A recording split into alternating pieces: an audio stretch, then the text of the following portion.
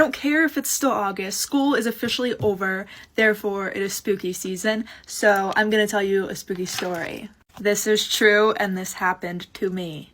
So you're gonna need a little bit of context before I jump right into the story. My grandparents on my mother's side live out in the country in Oklahoma. When I was younger, we would go out there and visit them frequently, at least once a year. This particular time, we're going to visit them. I can't remember exactly how old I was. I want to say I was like 10, somewhere between the ages of like 8 and 11. So we go up there for a small family, like close family reunion type of thing. I should also mention that this house is old. If that wasn't already obvious, this house is old. It's old as my grandparents. It's older than them. So at this reunion, everyone's outside. They're grilling, barbecuing, sitting, chit-chatting, talking, whatever. It was starting to get a little bit chilly, so I was like, I'm gonna go inside and get a jacket and I'll be right back. So I run inside. Mind you, nobody else is inside the house. Everybody's outside getting their barbecue on, okay? I run inside, up the stairs to my room to grab a jacket. In this room, there's the closet, and then next to the closet right here is a little door for a crawl space. I grab my jacket, I turn around. The crawl space is open. The door is cracked open. I'm like, oh, okay, let me just go and close that really quick. I go over, I open it a little bit because I'm like, what's in there? Not expecting there to be anything in there. I open it, and there's a staircase. A long staircase going up. So what does 10-year-old me do? I go up the staircase. Something was just speaking to me, telling me that this door was open for a reason and that I'm supposed to go up in here. So I get to the top, there's another door.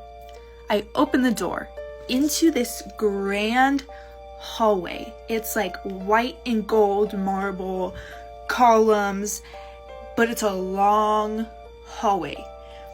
And there's a bunch of doors going down, and then another door at the very end. Immediately, I'm like, what is this? Where am I? And a little freaked out, obviously. Something was calling me to go to the door at the very end of the hallway. Forget all the other doors, go to the one at the end of the hallway.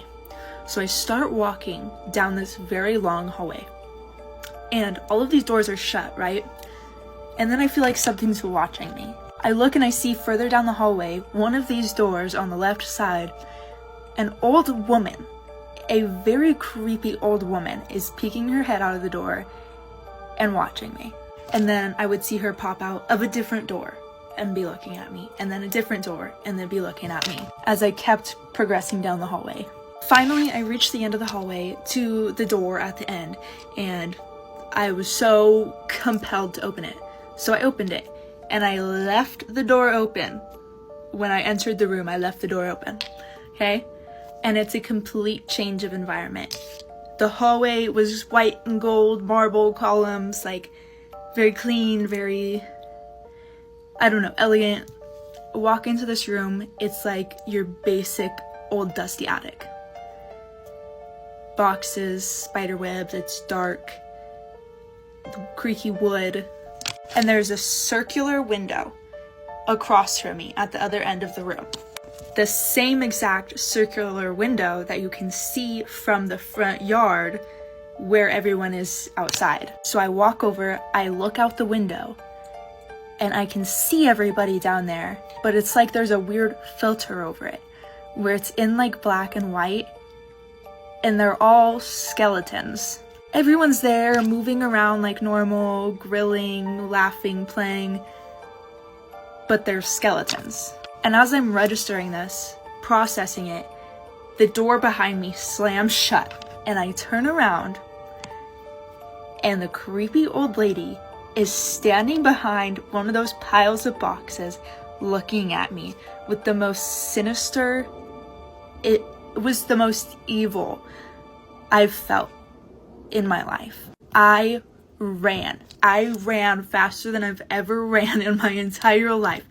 Out of that room, back down the hall. I did not look back a single time. Back out the original door, back down the staircase, and I shut the crawl space door behind me. I grabbed my jacket off of the bed where I had set it before I went up there, and I put it on, walked downstairs and back outside like nothing happened. The next time that I come over to visit my grandparents, About a year later, I have not told my grandma this story. I've not told her anything. I come over, I go to sleep in this room. I'm already a little bit apprehensive about it because of the previous events. I step into the room and I see that the crawl space is now boarded and nailed shut with blankets over it as well. They boarded that up. And then just recently, a couple years ago, I actually told my grandma about this, and all she does is go, yeah.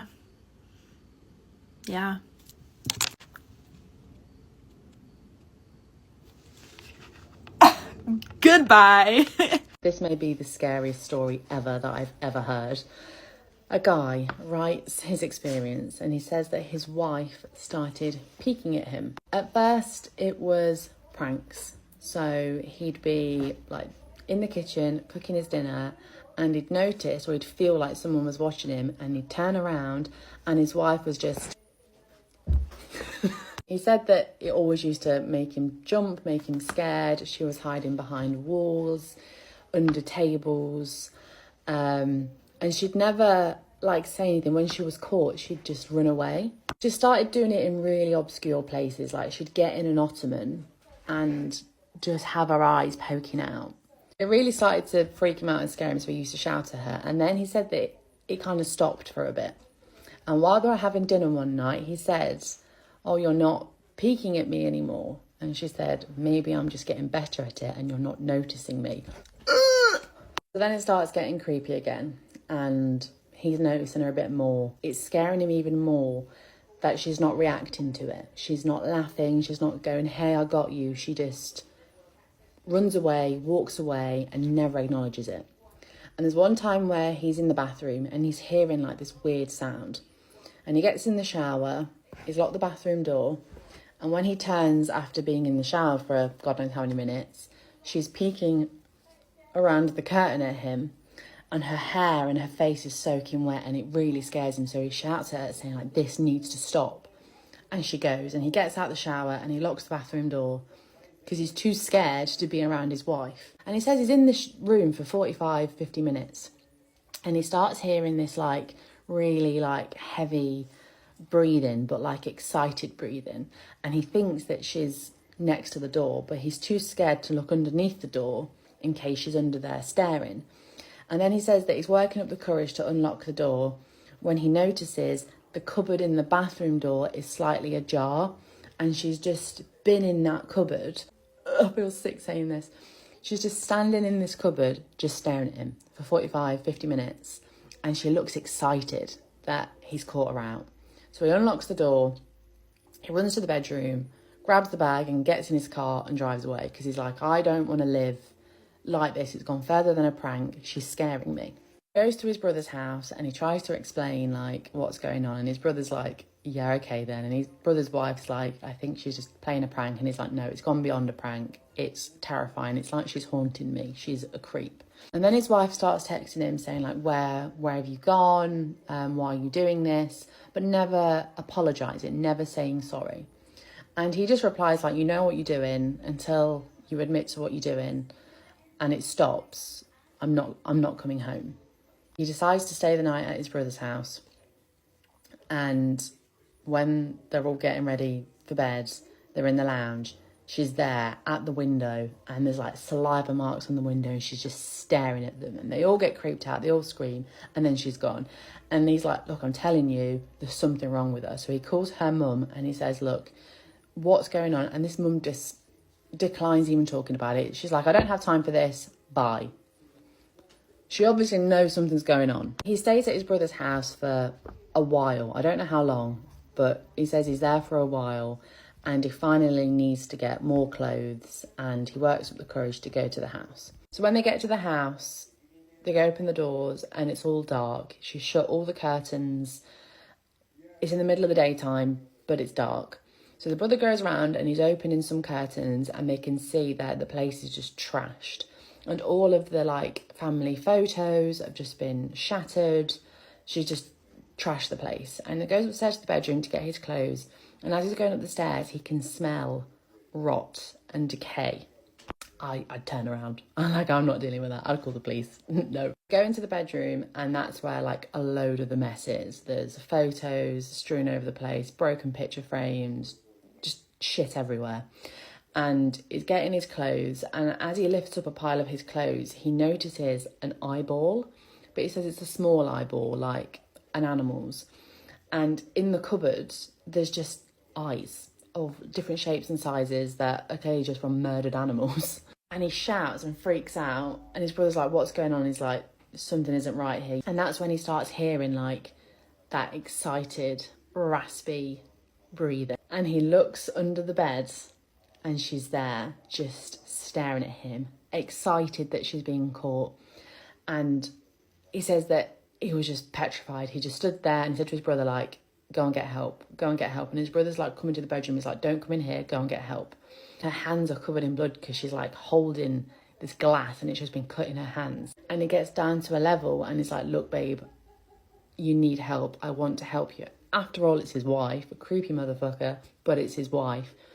And she reaches her hand out to him and he goes to grab it, and then she stabs him with a bit of glass. And then he's like, what the fuck, bitch?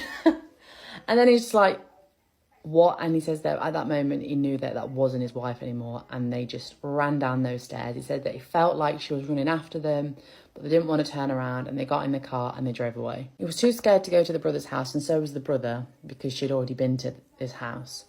And he says he ended it, and we haven't had an update from him yet, but he ended it saying that he got himself in a hotel room, and he says that he keeps on feeling like someone's watching him.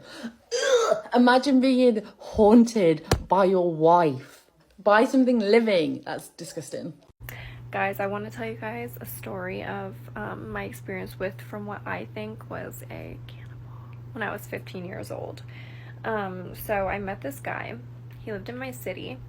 And by the way, he's famous. Like, he has 2 million followers, and he hasn't posted in a really long time. And when I go to his page, people are like, oh, where are you? Like, he's doing a mental health break. No, babe. No. If you look his name up on the internet, it says blank groomed me, blank allegations.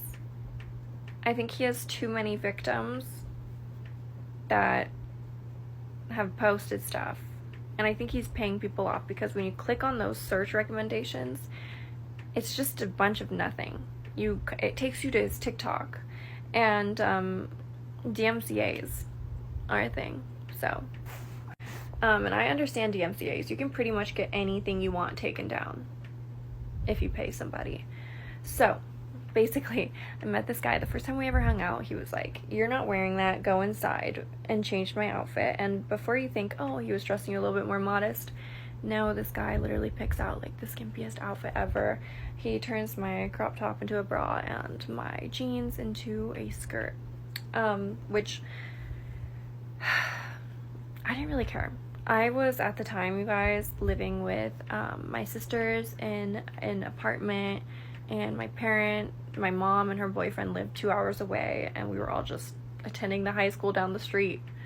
So I didn't really have much, and he was buying the groceries that day, so I was like, period, a man I can use. And that sounds really horrible, but I was in like fight or flight my whole growing up. So the first time I ever hung out with him, it really wasn't that bad. All he did, though, that was like red flaggish, was like he brought up an ex. He was like, oh, like I hurt my ex so bad, like, and I'm just thinking like, oh, like maybe he like cheated on her, like, you know, like. And so I was rebounding with this guy. I just got my heart broken. So I was like, oh, like what happened, you know, like what's wrong, why? And he was like, oh, like I hurt her. And now, like, I'm thinking about it, and I'm like, oh, by hurt, did he mean, like, try to eat her? Like, Okay, so he already was, like, verbally abusive on, like, day 2 of us hanging out. I was in this man's car, and I was VAPING, and he snatched out my hands, and he was, like, pointed at a homeless guy, and he was like, do you want to be fucking homeless? Like, getting in my face, yelling at me, calling me like a low life, basically. And I'm just like crying, begging him to stop. Like, this man's in my face screaming at me, and I'm like, please stop. Like, okay, like, and he's like, you're sleeping at my house tonight, and I'm taking these, and you're going 24 hours without them if you want them back. So he like has my stuff. So I stay the night at his house that night, and I throw up of anxiety, and I get my stuff back in the morning. And I should have left, but I was 15 at this time, and I didn't have like any self-respect at all. And evil enough, this is like the best influence I have in my life at the time. He doesn't want me doing bad stuff, like, okay, so one day, another time I stayed the night at his house, he was like, what are your grades? Let me see your grades. And I'm like, oh my god. I show him my grades, and he's just like, you know, like angry once again, mad, like, you're sorting this out right now. So he brings me over to his desk, and he's like, sit on my lap, and he forces me to write an email to every single teacher that I had a bad grade in their class, and explain myself, and like basically ask for extra credit and chances to fix my grades. And so he's like forcing me to do this, and he's like, if you can get your grades up, I will buy you a SIM card. But I will just buy you a SIM card because I need to be able to get a hold of you. So, free SIM card? Question mark. Obviously, it's very questionable, very weird. And so one night I come over to his house, and that night he had just bought a ring light, and I help him set it up. And he's like, let's use this ring light, like, let's do a photo shoot. I have like a great idea in mind. So I'm like, okay, like, I'm down for photo shoots, because he was pretty TikTok famous. Like, I think at the time he had like 800K on TikTok. This was in 2020. And so we would do like photo shoots, because I had like 15K on TikTok at the time. So we would do like photo shoots and things like that. So he's like, okay, so take your clothes off and lay on the bed like this. So like helps me get situated in a position. He's like setting his phone. He's like, I will be right back. And he comes back with a knife and a fork and records everything. And then he's like, with the photos of it, he sends it to my phone, and like takes my phone and posts it to my private Instagram so that my like ex, who wasn't my ex, would see it. And yeah, he made me post it. A very inappropriate, violent photo. And I remember thinking to myself, like, I'm never hanging out with this man again. Like, this is so odd. I want to go home. So he takes me home, and as I'm shutting my apartment door, he's like, can I come in? Like, and I'm, yes, you can come in. Like, I have to go to bed soon. I'm tired, you know? I just wanted to be able to hit my stuff without him getting angry at me. So I'm like, oh, please hurry. And he comes to my house, and he's like, sit on my lap, and he's like talking to me. And he's like, you know, like, do you know who my idol is? And I'm like, who? Who's your idol? And he says, Ted Bundy.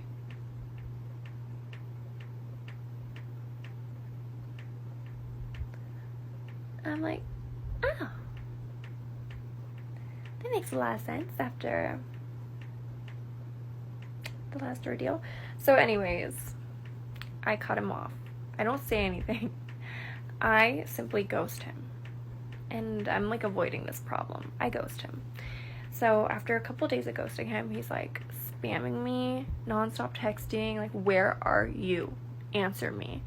And I'm just avoiding him, staying at my neighbor's house at the time, because I had like a neighbor next door who also didn't have parents, who was my age. And he was like my best friend at that time.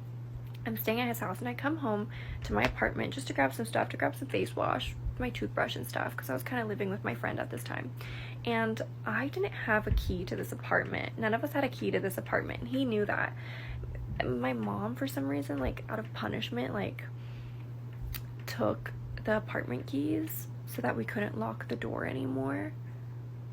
I don't know what it was about. I think it was so nobody would lock the door. And so he knew that my door didn't lock, and I come home one day and I go in my elevator on the way to the apartment room, and I like smell the air, and I'm like, it really smells like this guy, like it smells like he was in here. And I'm walking down the hall to my apartment, and I'm like, what? It actually smells like he's here. I open my apartment door and I go inside, and is he in here? And I go into my bedroom, and there's an outfit laid out on my bed. So yeah, anyways, that was a whole ordeal. I ended up running away, not because of him. And by the way, my sister to this day is always like, dude, he knew he didn't have a fucking key. Like I can't believe you put us in date. Like, my sister gets mad about it. Like, this guy was so creepy. So even my friend too, my home girl that I lived with, like, she knew about all this. He was harassing me in my TikTok comments going off when I was living with her. And there was this, like, TikTok of him, like, to this audio where it's like, run, rabbit, run, or something like that. And every time we'd hear it, she would, like, scream. And she was like, we were, like, scared because we would, like, envision him because he was, like, this in the fucking video. And oh my gosh, traumatizing. And I didn't really register it until I turned 16. I was like, that's really weird. Oh, and I just want to say, you guys, I was 15 when this all happened, and when I met him I thought he was 18, but I just looked up his age and he's 4 years older than me. So oh my god, I can't breathe. Okay, so right now I'm on New Orleans TikTok where they're talking about all the like haunted and like vampire stuff that's like happening to them. And I don't have like a lot of like stories like this, but I do have one of when I was an EMT, and me and my 50-year-old Christian woman partner, who she does not believe in this stuff at all. We were taking this patient that was on a 5150 that was being extended. And so we took her to like a longer stay home, which I've never seen like a home like this in LA before. But it was basically like this wood house in Atwater Village. And the moment you pull up, it just looks like this wooden Victorian situation, like something you would see in a movie. Like if you've ever seen that movie Monster House as a kid, like that's what it looked like. And the vibes were just like not right as soon as you got out. But I was like, you know, whatever.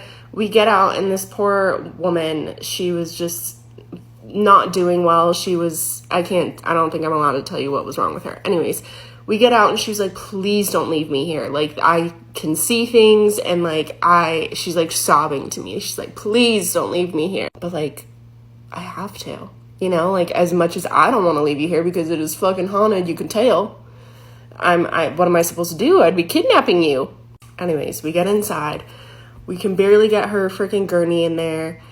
And we're taking her up to the room. The whole time she's just sobbing, this poor girl. And my partner just kind of attributed that to that obviously she didn't want to be in another mental health institution. But so we took her there. They did her vitals. They took her to the room and whatever. We were all done. We get in this elevator. And I'm like nervous laughing just thinking about it. We like condense our little gurney, and we close the elevator, and it says 3, 2, 1, and those are the only buttons. So we click 1, and we stop at 1, the doors don't open, and then it just keeps going down, and I'm like, what the fuck? And the doors open, pitch black. It's pitch black. This is obviously the basement, right? It's pitch black, and you can't really hear anything except like this growling, and not like that, but like growling of like a machine or something. And it's just like really eerie, and the vibes, the energy was just sucked out. Like it's like negative energy. I'm pushing the button, and she's looking at me like, Hannah, please push the button. And I was like, I'm trying, like, and I'm pushing 1, I'm pushing 2, I'm pushing everything just so we could go up. And I'm not even shitting you when I say this. I say this with my whole heart. This is the scariest thing that's ever happened to me.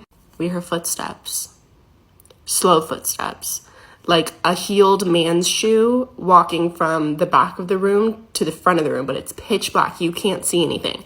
Slow footsteps. And she looks at me, and I was like, and we're both pushing buttons. We're pushing the emergency button. We're trying to manually close it because something was wrong. They are about to like come in the elevator light. The footsteps are about to come in the elevator light, and finally it closes. We go back up to 1, and she is like pooping her pants. I am like shaken to the core.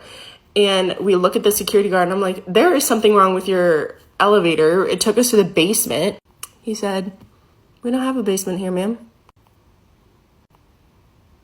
We get back in the ambulance. We just had to sit there. We couldn't even clean the gurney for a minute. Like, we had to sit there. And she said, what the fuck? This poor woman, she doesn't cuss. She's a good Christian woman. And we just never talked about it.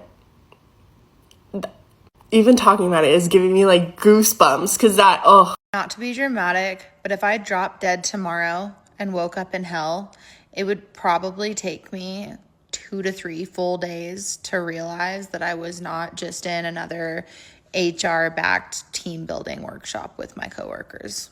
The dark side of housekeeping that nobody talks about, the paranormal activity, especially when you're working graveyard. I don't know if you guys know of Luxor Hotel. It's like this big black pyramid in Las Vegas. That's where I was my first job housekeeping. There's this weird background story of these construction workers that fell as they were building it. So I'm doing a room. I'm on I believe the 13th floor. That was a red flag right there. Number 13 is just infamous for being all kind of bad. I'm on the 13th floor and I'm doing my rooms, and this is around like New Year's Eve, so it's packed, but everybody's like, it's Vegas, so it's nighttime, nightlife, everybody is doing their thing. Nobody's really in the rooms. Everybody's out and about, just doing the Vegas thing. It's so quiet during graveyard. It's so fucking quiet. You can hear yourself breathing sometimes. Like, if you can't hear the music or anything, you can hear yourself breathing. And I get chills when I still think about this. I hear this voice say, "Excuse me, ma'am." And I'm in the bathroom. So, like, the bathrooms are fairly close to the door. So when you're cleaning the rooms, you have your car parked in front of the door.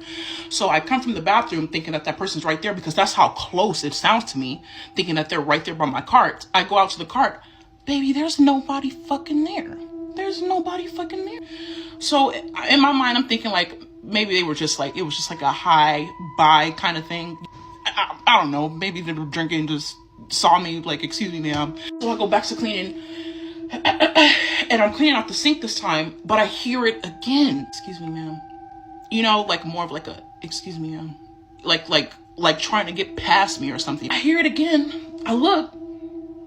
And it's fucking cold, like right in front of me. So I'm like, oh, no, this ain't that, bro. I done seen too much, or too much in life. Like, I'm not about to go out like this.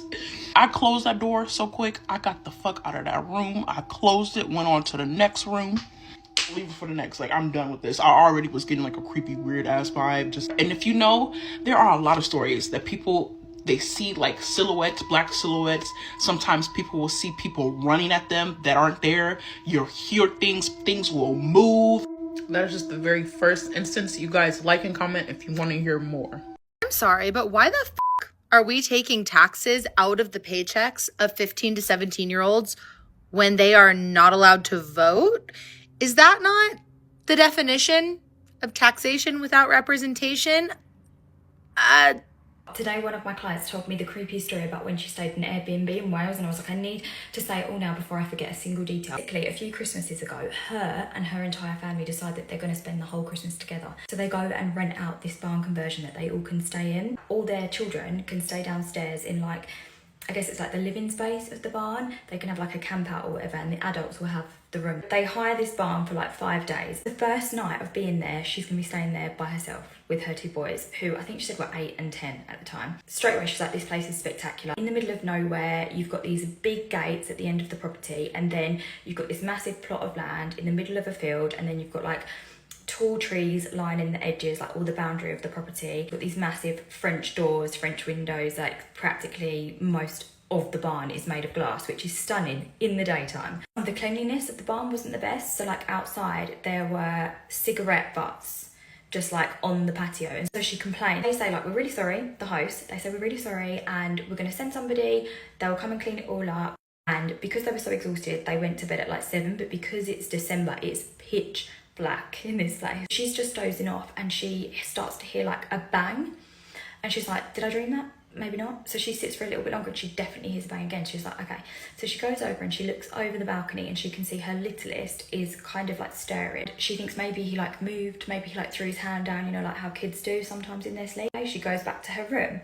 5 minutes later, they hear the noise again. She comes downstairs and immediately, like the whole of the living space, it looks like there's a light on, because outside they have the motion detector lights. Definitely something outside, like this just proves it. At this point, both her boys are now sat bolt up in bed and they're like looking around like, Mum, sounds like someone's outside. And she's like, yeah, I thought I heard that too. At this point, she just rings her husband and she's like, I'm freaking out. He's like 5 hours away, so there's nothing he can really do. But he's like, could it be the host? Like they said that they were going to come and clean stuff out.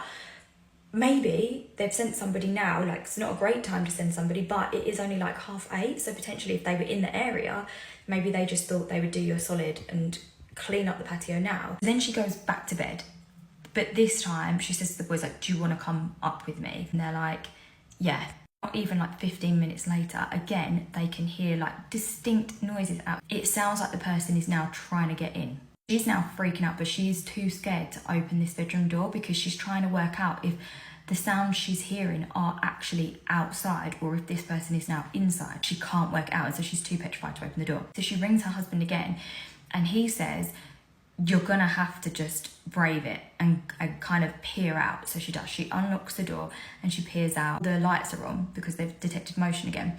So it looks bright down there and she has a quick scan. She's like, no, it doesn't look like anyone's out there. And he goes, okay, do me a favour then. Just go downstairs and make sure that the doors are still locked. She goes downstairs and just as she's like checking all the doors, she sees this guy crouched down on the patio. It looks for a second like he's hiding, and then she realises that no, it looks like he's maybe still picking up stuff. So at this point, she's really fuming, and she's got the 2 boys, and they also see this guy. Goes back to bed. The next morning, people that rent the place out have obviously seen all the emails because there was no number for her to call. No, we didn't send anybody. And they are, of course, concerned. We do intend on sending the owner of the property over, but we wouldn't have sent him in the night, so we're going to let him know. Owner of the property comes straight away, and by this point all her family have arrived, like all the kids, her brother and her husband. So the host arrived, whole families, and the host immediately is so apologetic and he's like, this is really concerning for us. We do intend to call the police because this is a private property, but we can't seem to see anything on the CCTV. So it doesn't look like a car arrived at the gates. And also you would have had to put a code in. So we're not saying it's like impossible, but it doesn't seem like the person came by car, which would be unusual because he's in the middle of nowhere.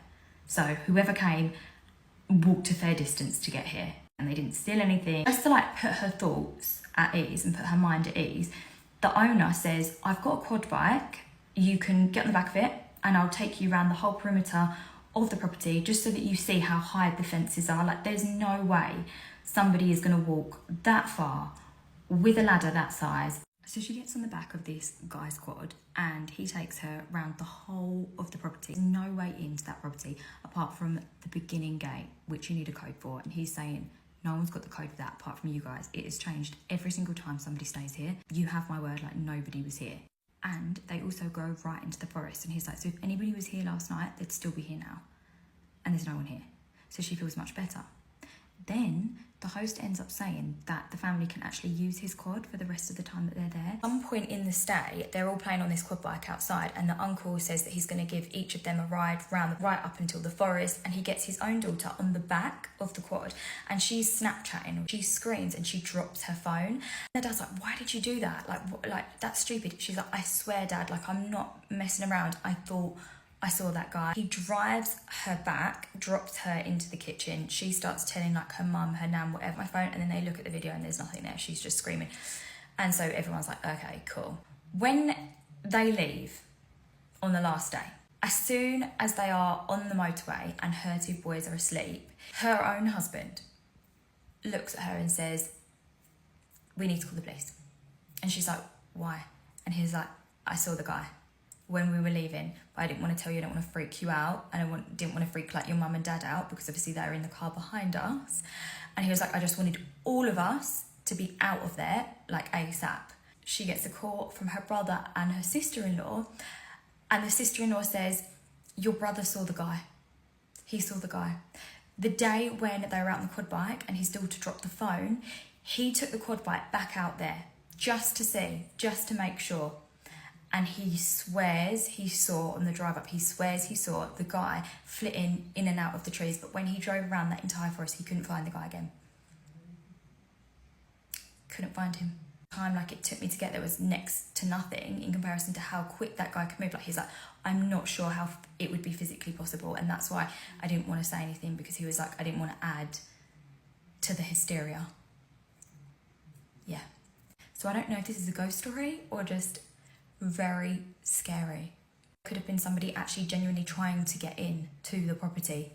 Oh, and another thing she said is that one of her younger nieces never wet the bed that night, and then blamed the fact that there was a man in the room that made her jump. I left that bit out, but it was just too much taking it in, to be quite honest with you. You're quiet. Yeah. I'm trying to gauge how awkward and myself I can be in this new social situation. So I will be quiet until then. And then once I figure it out, you'll probably wish that I would go back to being quiet. I've been sent a creepy story. If you are a scaredy cat, consider this your warning. Scroll away now. One night, quite some years ago, I was scrolling on Rightmove. Sometimes I scroll so fast I'm barely looking at the images. So it's a wonder how I saw this house at all. But I did, and it was perfect. The kind of house us women dream of. I didn't even know we were looking. I got so excited that I woke up my sleeping husband, who wasn't impressed. Much to my surprise, his eyes lit up when he saw this house. It's perfect. It is? Yeah, 4 bedrooms for that price. That's unheard of. He wasn't wrong. The house was very competitively priced. We booked a viewing for the very next day. A man came to the door who was not much older than myself. He explained how the house had once belonged to his nan, who was very stubborn in her old age and had refused any type of help around the house, which is exactly how the house had fallen into disrepair. His grandfather had been a very talented craftsman and had pretty much designed every aspect of the house, including every ceiling rose. His nan had adored that house, and she had fought her entire family about leaving it. In fact, the man who showed us around the house joked that his nan wouldn't have left that house kicking and screaming. Alive. Yeah, no, I can see where this is going. Our offer was accepted and everything moved very quickly. Our son, Jesse, who was 5 at the time when we moved in, was so excited to finally have his own playroom. However, Jesse, who had always been very good at independent play, upon moving in, developed a sudden anxiety. "Jesse, why don't you go and play, darling? You're getting under Mummy's feet. I need to cook." "I don't want to go back in the playroom. It's scary in there." "What do you mean it's scary? Don't be silly." "Don't like that woman that comes in there, Mum. She's not nice to me. She keeps telling me not to touch her stuff. I don't want to go back in that playroom." During the renovations, we'd had a lot of people in and out of the house. And to be honest, we'd had a workman whose voice was quite high-pitched. And I kind of assumed that maybe Jesse had just been confused. Maybe he'd mistaken one of the workmen for a woman. Children are always confusing things. However, as Jesse's 6th and 7th birthdays came and went, his fear of this woman who always stood with her back to him never went. I spent hours at the end of my son's bed as he cried, head under the blanket, scared to come out. We spent hundreds on therapists who told us that he would grow out of night terrors, that soon all the sleepless nights would become a distant memory. Around 5 years after moving into our dream home, my husband started to experience some trouble with his memory. He would walk into rooms and forget what he was doing. And at first it was a little bit of a joke. He'd always been a little bit of a forgetful man. But then I'd find him wandering in the garden at night time, and I started to realise that maybe there was something deeper than just a forgetful man or a sleepwalking. Dementia. That's what the doctors called it. Except this wasn't dementia that I'd ever seen before. It was cured as soon as we left our house for extended periods of time. We spent Christmas at my family's in Surrey, and for a whole week His memory was fine. No sleepwalking.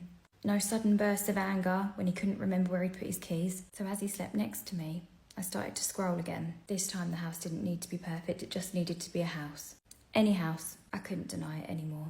The house wasn't perfect, it never had been. I just really wanted that house in a way that I couldn't explain. I was drawn to it. The longer I spent away from the house, the more I realised how much I hated it there.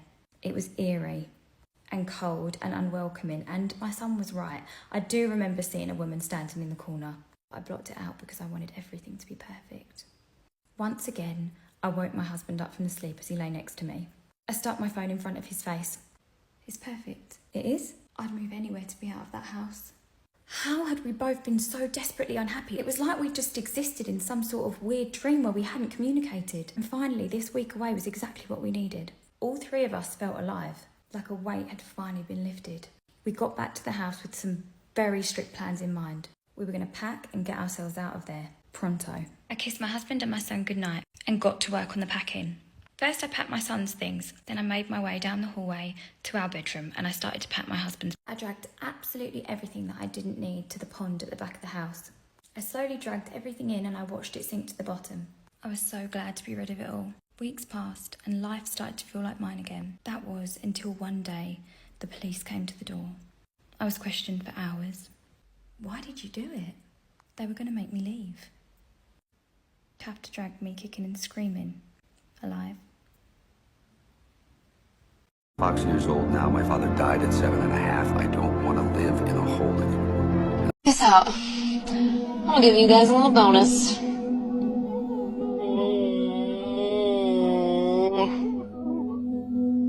Alright, that's about as raunchy as I'm gonna get.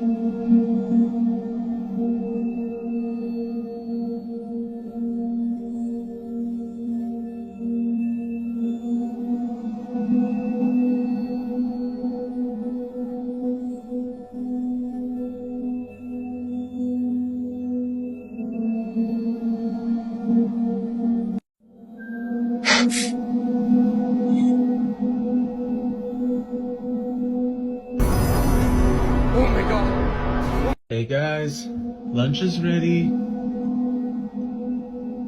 Oh my god. Honey, pack your shit! The kids are wearing their matching tracksuits and staring at the wall again!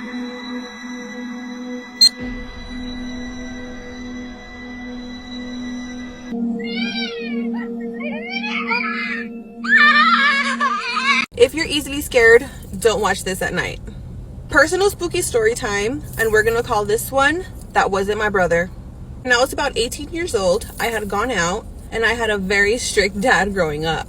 If you're Mexican or Hispanic, you know, my curfew was at midnight. Thankfully, my sister would cover for me and she would hide pajamas in the restroom. That way, if I got home late, I would go straight to the restroom, I would change, and if he caught me coming home late, I was already in my pajamas and I'd be like, what do you mean I was in the restroom? So this specific night, I get home past my curfew, I go straight to the restroom, I use the restroom, wash my face, brush my teeth, put on my pajamas. The way that our house is set up is a long hallway, restroom, my bedroom, my brother's bedroom. But as you're walking to the bedrooms, the living room is right here. So as I'm walking to my bedroom, the house is dark as hell. Our front door has glass and the porch light kind of gleams in. So I'm walking to my bedroom and I happen to look in the living room, right in front of our front door, I see a little boy. And he's standing there. But what's crazy is the way that he's standing in this perfect spot, the light cuts off right here. So I can see from here down, but I can't see his face. His face is literally black. Like I can't see any features. I can't see nothing. I'm not exactly sure what he's wearing, but it looks like overalls or something like that. My first instinct isn't, oh my god, that's a ghost. My instinct is, what the hell is my brother doing awake right now? So I stand there and I'm calling for my brother. I'm literally like, Eric. My brother's name is Eric. So I'm whispering and I'm like, Eric. Trying to make sure that my parents don't hear me because it's about 3 a.m. and my brother is just standing there. And I'm like, God. Eric! Nothing. No movement. Nothing. So I'm literally standing there for what feels like forever, waiting for my brother to cut his shit out and fucking go lay down, because I'm about to get my ass kicked. And he's just standing there. So now my wheels are turning and I'm like, okay, what's going on? And when I tell you this is the most I've ever been scared, like I was shook, I was shitting myself. I decide, okay, I'm gonna go to my brother's room. Turn on my flashlight. I'm looking, and my brother is asleep in his room. I was so scared. I didn't even go back to my room. Like, I was freaking out. I've talked about my mom's house being haunted before. What's crazy is that it's inexplainable because my dad built their house. I'd understand if it was like an older house or something like that, but it was a new house. Like, I have not done any research on the land, if there used to be something there, if something happened there. I have not done any research, but I have seen and heard so many things inside that house. It is fucking haunted. It wasn't a mimic, because now that I think about it, this little boy was definitely younger than my brother, and we've seen him many times. He loves to play peekaboo. We have 2 living rooms in my parents' house, and my mom was always in the smaller living room in her recliner, and a wall separates both living rooms with a half moon, and she says that she'd be there in the morning and this is the wall and she could see the little boy like peeking, and when my mom would go and look, he'd kind of like, or if this is the wall, he'd kind of like, you know. But at least it's a friendly ghost. If you guys have any spooky stories that you'd like to share with me, please send them via DM or email, and I'd love to read them. And I will see you guys in the next spooky story. Bye! 82% of CIA agents are men, which is crazy to me because one time I used a guy's public Venmo transaction history and his Twitter likes to figure out that he was also seeing a girl across the country. And I just don't believe a man could do that. Get ready with me while I tell you the most scary situation I've been in whilst being an influencer. So this happened last summer, and by the way, there was a few influencers there that you guys are going to know. Starting off, the influencer I was sharing a room with, King Harry. Now listen, me and King Harry went up there to go see our Welsh friends. That's Corey, Charlie and Leah. This means that we were staying in a hotel. So imagine, when we've turned up to this hotel, me and King Harry and everyone, we're walking through the lobby and there was this man there, yeah, and he had a pit bull. And I was all a bit freaked out, yeah, because listen, like I said to the man there in that lobby, that is a shark on a leash. They're hesitant going past him. Everyone else was fine. Everyone else was just walking past him in the lobby. Anyway, I can tell that he was uncomfortable, that I was uncomfortable walking past his dog. Weird. Yeah. Now, our hotel floor was on the bottom floor, which means when the windows are open, there's like a little grass bit out the back of the hotel. But this hotel was in the middle of nowhere, so you only knew about the little grass bit if you were someone like staying in the hotel that weekend. Anyways, we're all in the room. I'm pretty sure Charlie, Jenny and that were there, yeah, but we're all in the room, we're sitting on the bed, and he walks past walking his dog. When I tell you this man, that everyone's talking to me, yeah, I can see him through the window, yeah, because the window's there in front of me, and the others are in front of me as well, yeah, and the window's behind them. So as I'm talking to the others, I can see this man walking past the window. He is walking past the window and looking in the window every time. Bare looking in, like just like that, mate, like Inspector Gadget in your shit, yeah. And I even said, oh wait, that is so weird, like that man keeps going past, yeah, and looking in the window. And everyone's like, true, he's just walking his dog, you're paranoid, yeah, cool, whatever. I say to King Harry, I've got a weird feeling about that old man. King Harry plays it off, he's like, true, you got a weird feeling about everyone, yeah. A bit later on that evening, we all headed to Corey and Leah's to get a Chinese. After the food, I'm a little bit tired, so I head back to the hotel. Everyone still stays there, Harry still stays there, I'm tired, it took me like 6 hours to get to Wales. After all the content and everything, by the night time, I was knackered. You can only imagine it, I'm on my own, I'm in a hotel room, and all of a sudden, I hear this at my window. Bitch! I was watching Family Guy at the time as well, and I thought to myself, maybe it's on the cartoon, and I pressed pause. Heard the knocking again, louder, like that, on my window. This time, obviously, I'm freaked out, so I've run out from the hotel room, yeah, I've run to the corridor. This is when it starts getting juicy. So I go to the receptionist, yeah, and I'm like, yo, there's knocking at the door, yeah, and there was a man and a woman. I'm telling the woman and the man, listen, there is knocking at my window. They are looking at me like I am mental, because obviously the knocking of the window is around the back of the hotel, and the only people that know about the back of the hotel, the little grass bit, is if you're staying there. As I'm talking to this man and this woman, the man with the pit bull is outside of the hotel smoking, yeah, literally there through the doors next to the reception, right there. The man at reception who I was talking to walks around the desk and goes outside and is like, look, don't worry, love, I'm gonna go and check for you. I'm outside waiting for this hotel man to get back, and I'm standing with the man that had the pit bull earlier. He's outside. This man is so drunk, I can smell the alcohol off him. Not that that matters, you know me, I'm a nice person. I'm outside waiting for that man, and I just start talking to this man with the pit bull outside. He obviously hasn't got his pit bull on him right now. Anyway, we're in conversation, and then he ends up saying about his wife passing away, like really sad. I even end up crying with him. Hello, I'm an empath, I'll cry about anything. Now, I had a drink, and I said, here, I'll have some of my drink, yeah? And he was like, oh, thanks, yeah, because obviously he was sad. I was like, yeah, cheers to your wife, you know, being all nice, being polite. Whilst I'm having a conversation with Pitbull Man, the man from the hotel comes back round and he's like, look, love, I've had a look, no one's there, like, I'm really sorry. At this point, I'm not gonna lie, I'm feeling a little bit mental, like, I'm thinking, mate, what the fuck? They've checked around, no one's out there, like, they just made it seem like I was bugging, like, so that's how I felt. Until I ring my sister. Me and my sister Bun, we're laughing about whatever we're talking about. Guys, as I'm on the phone to my sister, she isn't even aware what's been happening. But before I can even tell her what's happening, I hear this on my window. This. Guys, bearing in mind, this is like 12 a.m. This is like 12 at night. This freaks me out. I'm on the phone. I start like panicking. I pick up a kettle. And I'm like, nah, come on, like shouting at the window because I was scared, obviously, cool. Then I'm thinking to myself, wait, maybe the receptionist is in on this. I start going mental at this receptionist, obviously, yeah? And I'm like, you think this is funny? I'm not stupid, da-da-da-da-da. The knocking on my window, I'm not mental, all this stuff. He's like, no one's out here except the man that's been smoking, like who you spoke to earlier, like the pitbull man. I looked like that, he's not at the front. Man behind the reception desk is like, right, I'm going to go back outside and I'm going to look for you. He goes back outside and he says he finds him at my window.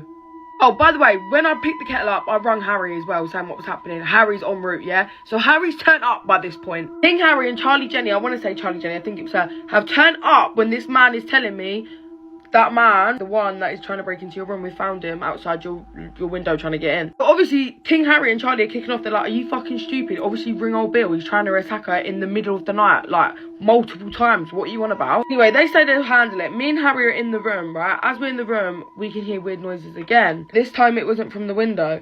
So, as we open the door, bitch, he's outside my fucking door. I'm literally, this is not a joke, this is real. Me and H are obviously freaked out because obviously you can't even get through the lobbies without a key. So why is he, how, is, what? Anyways, H is like to me, true, don't worry about it. I can hear the lady, she's kicking him out. I've looked outside, he's packing his stuff, he's going. I'm like, cool, I can breathe a little bit, I can sleep tonight. I woke up in the middle of the night, yeah, hearing knocking again. I woke up to it, yeah, and then it stopped. So I just thought, oh, that was my mind playing tricks on me. Like, I was just having bad dreams about it where the nights freaked me out a little bit. Until the next day, I'm outside the hotel. I'm on the phone to my sister. I'm saying what's happened last night, whatever. Well, I had to cut the call off quick because of the window, whatever. I'm on the phone to my sister like this. I look up like that. I see him walking out of this, like, park bit next to the carvery with his dog. Guys, do not do this at home. This was so stupid. I had, like, no filter. I was so angry. I don't even want to say, I think scared. It might have been adrenaline, like fight or flight. But I run over to him. I was still on the phone to my sister. I started ripping into him. I was like, you fucking old weirdo, you little freak, trying to break in, blah, blah, blah, blah. Man looked like he's seen a ghost. He was like, no, I only did it because you shared your drink with me. But this is when I started screaming, you're a liar, because I heard knocks on the window. That's what made me come out to reception, and that's what made me start speaking to him. Which means he would have knocked on my window multiple times and then come back round to reception and just act like he was smoking. Never mind, he's got his little shark on a leash next to him, his pit bull. I say, you don't scare me. This is what I said. I said, you don't scare me. I'm not worried about you or your fucking dog. Go on, what are you gonna do? What are you gonna do? I was in fact scared of him and his dog. He jumped in his car and he fucked off. I come back to reception. I said, why is that man in the car park? What is going on? The manager's come to me and she's like, oh, I'm really sorry. We couldn't get him out last night. So, you know, he had to stay until the morning. He tried to come into my room over 3 times. Over 3 times. You caught him trying to come into my room through a window at 12 at night. But you'll give him somewhere to sleep at least till the morning. And now I think to myself, that knocking I heard when I was sleeping, did I trick my brain out or was that him? Safe to say I would never go to that hotel again. Always trust your gut feeling. I had a weird feeling about him from the jump. Even when he felt offended that I wasn't comfortable with his vicious dog. Even when I mentioned about it was weird how he kept trying to look into the window. I'm telling you, the universe was sending me signs before they was even there. But this is a lesson. Always trust your gut instinct. And always pick something up, even if it's a kettle.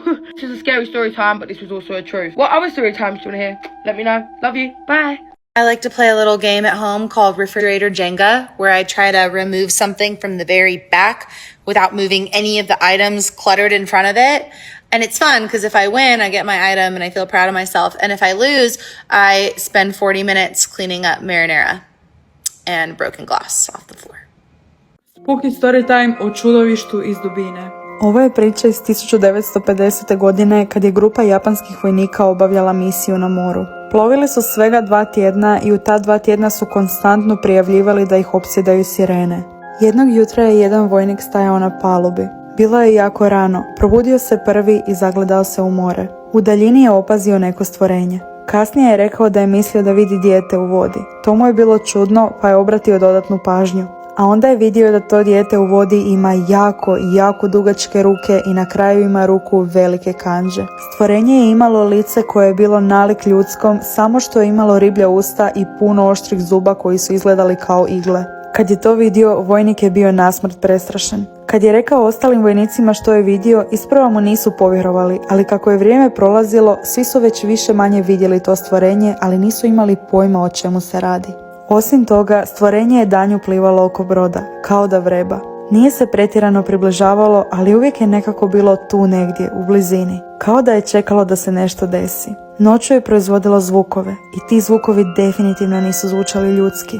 Bilo je poput pjevanja, ali čulo se iz dubine, stotinama metara ispod mora, međutim čulo se jasno i glasno, baš kao da je stvorenje pjevalo vojnicima direktno u uho. Nakon nekog vremena opsjedanja su postala prejeziva za vojnike i nisu više htjeli ostati na tom brodu, pa su obustavili misiju i pozvali pomoć. Kad su ispričali sve što su vidjeli ostalima, vojska je odlučila poslati tim mornara istraživača kako bi provjerili o čemu se radi, jer im baš nitko nije vjerovao. Tim mornara istraživača sastojao se od 5 muškaraca, posebno obučenih za istraživanje oceana. Vojnici su im dali točne koordinate mjesta na kojem su vidjeli jezivo morsko stvorenje, a istraživači su svakodnevno slali svoja zapažanja.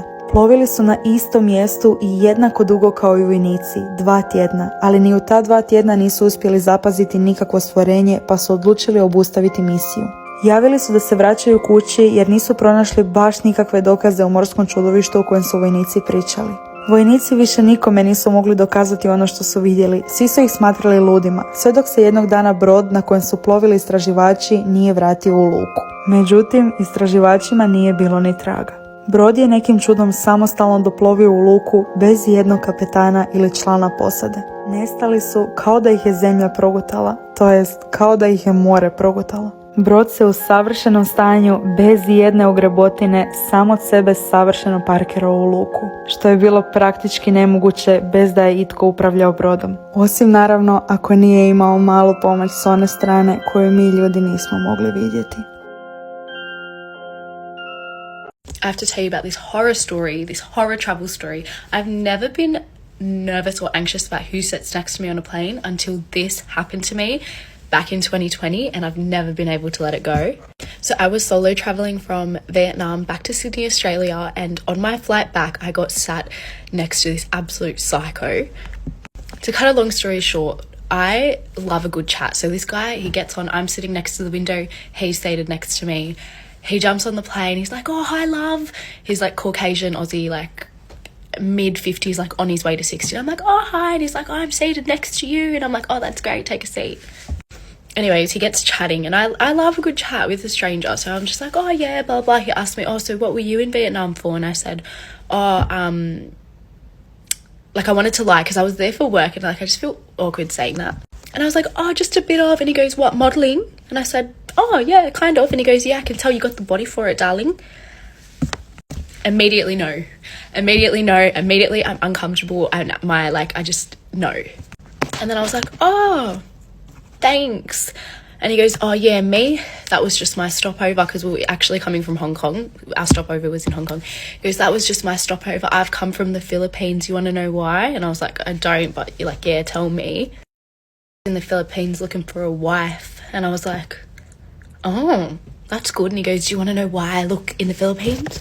Because they're small, they're quick, they do the cooking and cleaning for you, they'll listen to anything you say. And I was like, I'm really happy. Now I just feel uncomfortable because then he started asking what my nationality am I Filipino? And I was like, I'm not Filipino, I promise you I'm not. So I was like, you know what, I'm just going to put a movie on and then I don't need to worry about him. I put my movie on and I just smell this breath like in my direction, and I'm like, this is after like 15 minutes, and I look to the side. I am not even joking. He's got his own TV. He's watching my movie like this. And I've got the headphones in, so he can't even hear what's going on the screen, but he's watching my movie. This is the kicker. This is the worst part. I was like starting to get annoyed, and I was just like, oh my god, like go be weird somewhere else. Like, I'm just trying to get home. So I'm like, you know what? I'm gonna go to sleep. I won't have to deal with him. Long story short, I woke up to this man taking selfies of me while I was sleeping, and I confronted him. I was like, what are you doing? He's like, oh, you said you were, you know, there for modeling. I thought maybe if you're a famous model. Like, I obviously woke up, like, because I could sense that there was like something in my face. He was fucking taking selfies of me. Went to go complain to the flight attendants on the plane, like literally crying, and they said, sorry, it's a full flight. You're gonna have to sit there till you get back to Sydney. Sent an email complaining after that flight. But anyways, that's the story. Trauma.